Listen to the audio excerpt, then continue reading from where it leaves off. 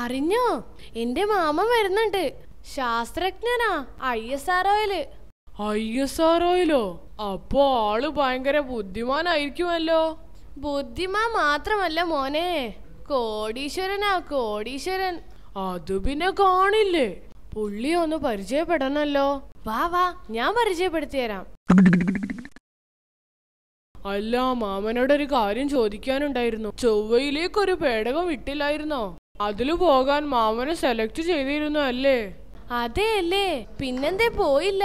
മോനെ, അതൊരു നീണ്ട കഥയാ. എന്നാൽ ചെറുതാക്കി പറഞ്ഞതാ മാമ.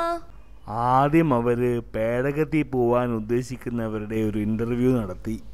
ആദ്യം ഇന്റർവ്യൂ ചെയ്തത് ഒരു സർദാർജിയെ ആയിരുന്നു. 2 കോടി രൂപ കൊടുത്താ പുള്ളി പോകാമെന്ന് സമ്മതിച്ചു. അടുത്തതായി ചോദിച്ചതേ ഒരു തമിഴനോടാ. അവൻ 1 കോടിക്ക് സമ്മതിച്ചു. പിന്നെ എൻ്റെ കൂടായിരുന്നു. ഞാൻ 50 ലക്ഷത്തിന് സമ്മതിക്കുമെന്നാ സാറ് കരുതിയേ. ഞാൻ 3 കോടി വേണമെന്ന് പറഞ്ഞു. അതിൽ 1 കോടി എൻ്റെ സാറിന് കൊടുക്കാമെന്ന് പറഞ്ഞു. സാർ അപ്പോഴേ ഓക്കെ പറഞ്ഞു. എന്നിട്ട് മാമൻ എന്താ ഇവിടെ? അപ്പോ എൻ്റെ കയ്യിൽ ഇപ്പോൾ 2 കോടി ഇല്ലേ? അതിൽ 1 കോടി കൊടുത്ത് തമിഴനെ അങ്ങ് പേടകത്തിൽ പറഞ്ഞയച്ചു. ഇപ്പൊ എന്താ, ബാക്കി 1 കോടി എൻ്റെ പോക്കറ്റിലും. പേടകത്തിൽ പോണ്ട ടെൻഷനും ഇല്ല. മാമാ, ഉങ്കൾ താൻ യഥാർത്ഥ മലയാളി.